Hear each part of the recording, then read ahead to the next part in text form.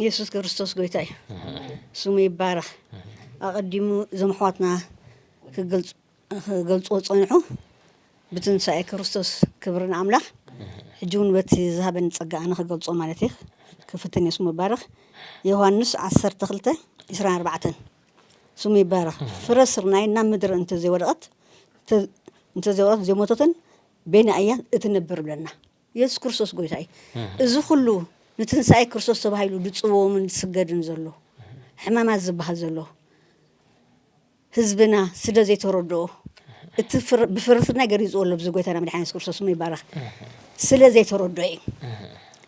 ሕጂ ከዓ እንድሕር ደኣ ዘይተረድኦኩም ኣሕዋትና ሓትና ጎይታና መድኃኒት ክርስቶስ ከም ስርናይ ተመሲሉ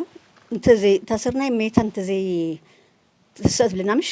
ሕጂ ከዓ ትንሳኤ ክርስቶስ እንታይ ምጻም ማለት እዩ بحق بمنفس إنه قوتنا مرحنا يسوع كريستوس قوتين أملا خلينا ننتظر تقبلنا يو أنت أيتم تصام مالتي يعني تزرد أنت تصوم سنة مالتي يسوع قوتين بحق جن أنت بالمليسو أنتم موتت جنا بزح فرق كم اتفر لنا قوتين أملا خلينا قوتنا مرحنا يسوع بلك تقبلنا جن أنتم قوتين فلكاني السوت تنسيو مش أبصلت مع السوت أنتسيو نحن خام سوت السينا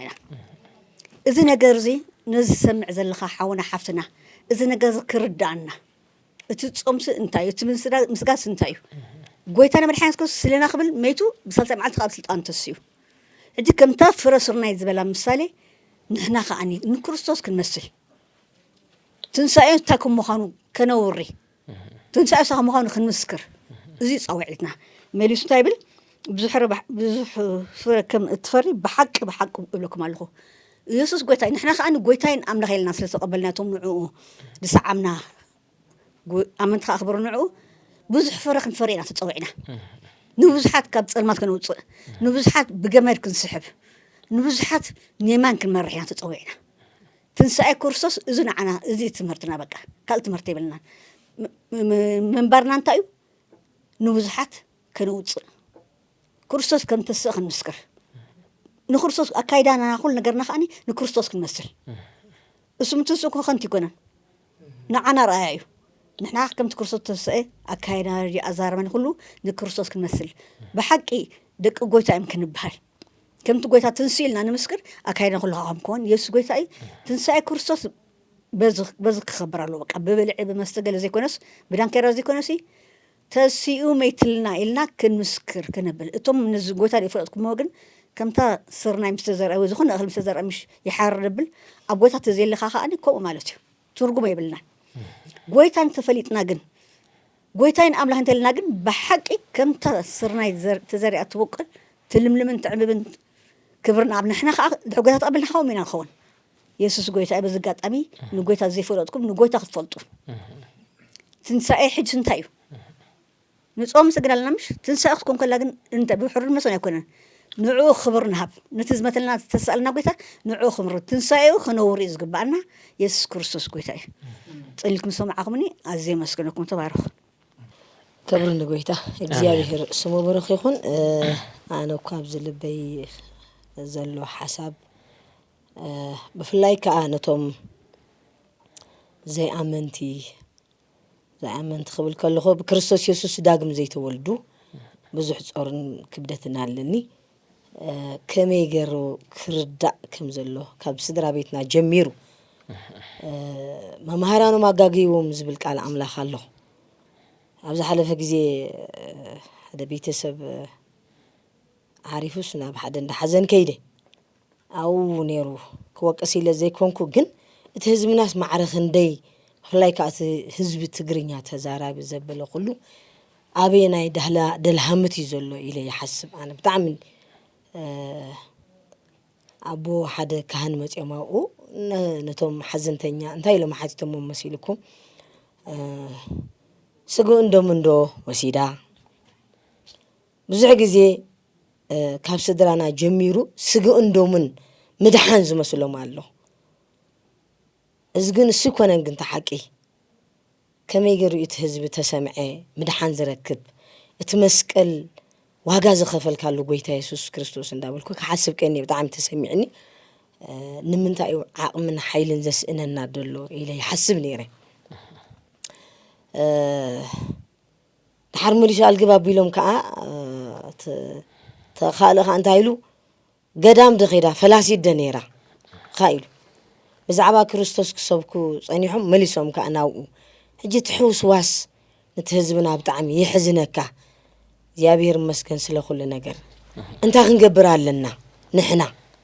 كريستوس يسوس نمتى بتمسكل نمتى حمي منا بس مراتو يقوم زحابوهم توايد تصحيف له عندنا دما منقستيسي ببلعن مستنا يكونتن إله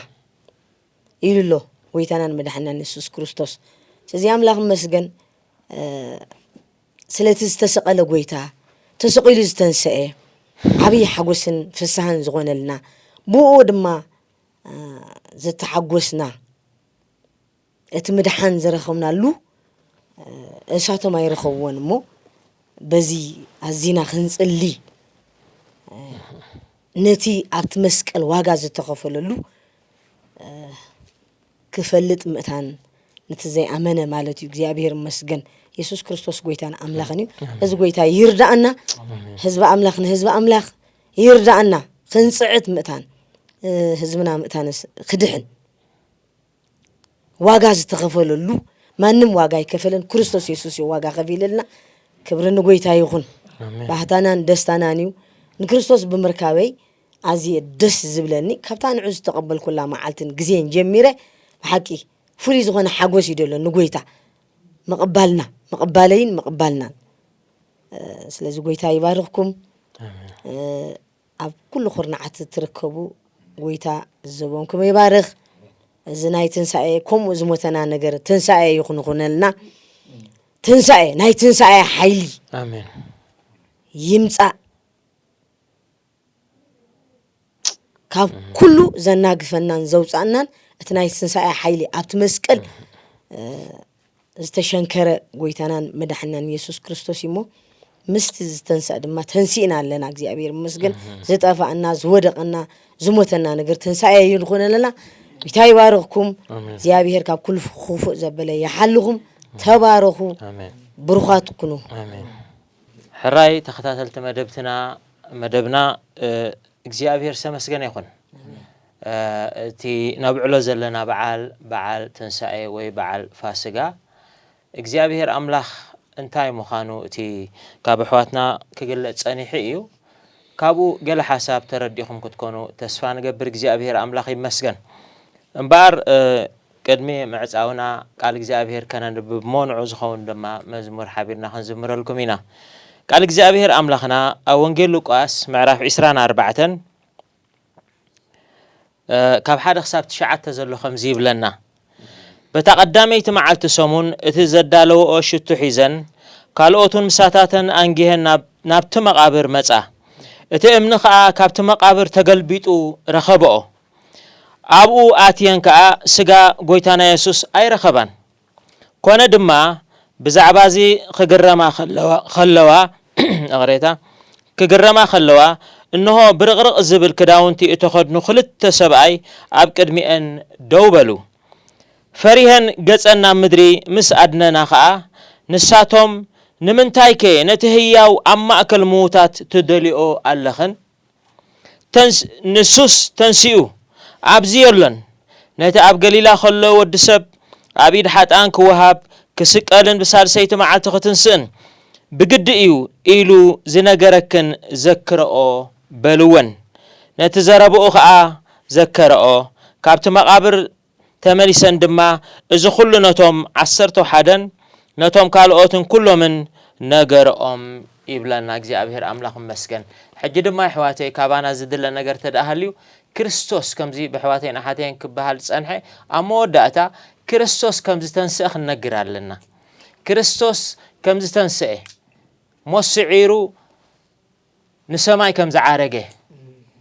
ኣመወዳእታ ድማ ከመጽእ ክወስደና ከምቲ ወንጌል ዮሐንስ ምዕራፍ 14 ይልና ዘሎ ተስፋ ኣለና ሕዋተይ መጽእ ክወስደና ተስፋ ኣለና ስለዚ እዚ ተስፋ እዚ ንበይና ሒዝናዮ ሱቃይ ንበል ንኹሉ ሰብ ነበስር ንኹሉ ሰብ ንንገር ትንሳኤ ከም ደሎ ምክንያቱ ዓለም ሎሚ ብጭንቀት ብጸበባ ብኩሉ ነገር ተታሒዛ ነዚ ዓብ ብስራት እዚ ነዚ ዓብ ሓጎስ እዚ ንኸይትፈልጦ ኣእምሮኡ ተታሒዙ ኣሎ ሰብ ንሕና ከዓ ዝከኣለና ክንገብር እግዚአብሔር አምላኽ ይደግፈና መደብና ንመጠቀለላል መዝሙር ክንዝምረልኩም ኢና ምሳና ስለ ጸናሕኩም ስለ ተኸታተልኩምና እግዚአብሔር ባረኩም ናብቲ መዝሙር ክወስደኩም ተንሲኡ ብስራት ኺዱ ንገሩ አምላኽና ዝተዓዊትላዩ ንሕና እውን ክንዕወት ኢና ኢየሱስና ተንሲኡ ብስራት ኺዱ ንገሩ አምላኽና ዝተዓዊትላዩ ንሕና እውን ክንዕወት ኢና ኢየሱስና ተንሲኡ ብስራት ኺዱ ንገሩ አምላኽና ዝተዓዊትላዩ ንሕና እውን ክንዕወት ኢና ኢየሱስና ተንሲኡ ብስራት ኺዱ ንገሩ አምላኽና ዝተዓዊትላዩ ንሕና እውን ክንዕወት ኢና ኢየሱስና ተንሲኡ ብስራት ኺዱ ንገሩ አምላኽና ዝተዓዊትላዩ ንሕና እውን ክንዕወት ኢና ኢየሱስና ተንሲኡ ብስራት ኺዱ ንገሩ አምላኽና ዝተዓዊትላዩ ንሕና እውን ክንዕወት ኢና ኢየሱስና ተንሲኡ ብስራት ኺዱ ንገሩ አምላኽና ዝተዓዊትላዩ ንሕና እውን ክንዕወት ኢና ተንሲኡ ብስራት ኺዱ ንገሩ አምላኽና ዝተዓዊትላዩ ንሕና እውን ክንዕወት ኢና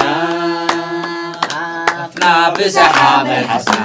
ብእልልታ መሊካዮ ኣፍና ብሰሓብ መልሓስና ብእልልታ መሊካዮ አንታ ልዑል ክንነግር ኢና ተግባር ዕዳውካ ኩሉ ስራሕካ አሜን ኣፍና ብሰሓብ መልሓስና ብእልልታ መሊካዮ ኣፍና ብሰሓብ መልሓስና ብእልልታ መሊካዮ አንታ ልዑል ክንነግር ኢና ተግባር ዕዳውካ ኩሉ ስራሕካ አሜን ኣፍና ብሰሓብ መልሓስና ብእልልታ መሊካዮ ኣፍና ብሰሓብ መልሓስና ብእልልታ መሊካዮ አንታ ልዑል ክንነግር ኢና ተግባር ዕዳውካ ኩሉ ስራሕካ አሜን ኣፍና ብሰሓብ መልሓስና ብእልልታ መሊካዮ ኣፍና ብሰሓብ መልሓስና ብእልልታ መሊካዮ አንታ ልዑል ክንነግር ኢና ተግባር ዕዳውካ ኩሉ ስራሕካ አሜን ንኣምላኽ ነቲ ሓይልና እልል በልሉ መዝሙር አልዕሉ ከበሮ ጥዑም በገና ምስ መሰንቆ ኣቃነይሉ ንኣምላኽ ነቲ ሓይልና እልል በልሉ መዝሙር አልዕሉ ከበሮ ጥዑም በገና ምስ መሰንቆ ኣቃነይሉ ንኣምላኽ ነቲ ሓይልና እልል በልሉ መዝሙር አልዕሉ ከበሮ ጥዑም በገና ምስ መሰንቆ ኣቃነይሉ ስለዚ ገበረልና ኩሉ ምስጋና እንታይ ኢና እሞ ነቕርበሉ ምስጋና ብሕዝን ድርብን ምስጋና ይግባእ ኢየሱስ ጐይታና ስለዚ ገበረልና ኩሉ ምስጋና እንታይ ኢና እሞ ነቕርበሉ ምስጋና ብሕዝን ድርብን ምስጋና ይግባእ ኢየሱስ ጐይታና ስለዚ ገበረልና ኩሉ እንታይ ኢና እሞ ነቕርበሉ ምስጋና ብሕዝን ደረበ ምስጋና ይግባእ ኢየሱስ ጐይታና ስለዚ ገበረልና ኩሉ እንታይ ኢና እሞ ነቕርበሉ ምስጋና ብሕዝን ደረበ ምስጋና ይግባእ ኢየሱስ ጐይታና ስለዚ ገበረልና ኩሉ እንታይ ኢና እሞ ነቕርበሉ ብሕዝን ደረበ ምስጋና ይግባል ኢየሱስ ጌታና ስለዚህ ገበረልና ሁሉ እንታይና መናቅርበሉ በዕስፈን ደርበን ምስጋና ይግባል ኢየሱስ ጌታና ስለዚህ ገበረልና ሁሉ እንታይና መናቅርበሉ በዕስፈን ደርበን ምስጋና ይግባል ኢየሱስ ጌታና